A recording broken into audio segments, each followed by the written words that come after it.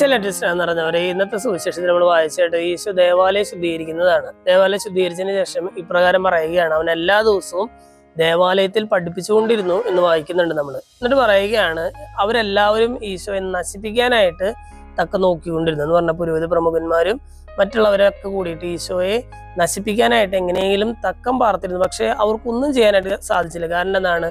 അതിരാവിലെ അനേകം പേര് ഈശോയുടെ വാക്ക് കേൾക്കാൻ വേണ്ടിയിട്ട് ഈശോയുടെ അടുക്കൽ വന്നിരുന്നു.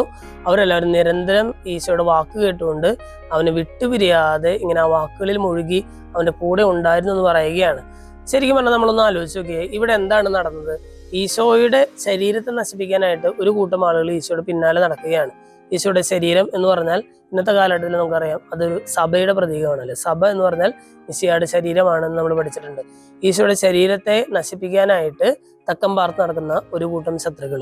ഇനി അവർക്ക് അതിന് സാധിക്കാത്ത എന്തുകൊണ്ടാണ്? സാധിക്കാത്ത വന്നതിന്റെ കാരണം ഇന്നത്തെ സുവിശേഷത്തിൽ തന്നെ പറയുന്നുണ്ട്, അവർ അവന്റെ വാക്കുകളിൽ മുഴുകി അവനെ വിട്ടുപിരിയാതെ അവന്റെ കൂടെ തന്നെ ഉണ്ടായിരുന്നു. ഈശോയുടെ വചനങ്ങൾ കേട്ട് അതിനനുസരിച്ച് പ്രവർത്തിക്കാനും അതിനെ ഇഷ്ടപ്പെടാനും സാധിക്കുന്ന കുറെ ആളുകൾ ഈശോയുടെ ശരീരത്തോട് ചേർന്ന് നിൽക്കുകയാണ്.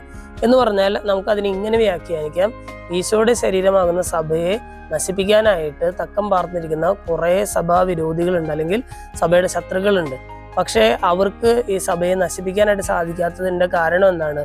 കാരണം ഒറ്റ കാരണം മാത്രമേ ഉള്ളൂ, ഈശോയുടെ ചുറ്റും അല്ലെങ്കിൽ ഈശോയുടെ വാക്കുകളിൽ മുഴുകി ഈശോയെ വിട്ടുപിരിയാതെ ഈ സഭയോട് ചേർന്ന് നിൽക്കുന്ന, ഈ വചനത്തോട് ചേർന്ന് നിൽക്കുന്ന, കൂദാശകളോട് ചേർന്ന് നിൽക്കുന്ന ഒരുപാട് ആളുകൾ ഇന്നും സഭയ്ക്കുണ്ട്.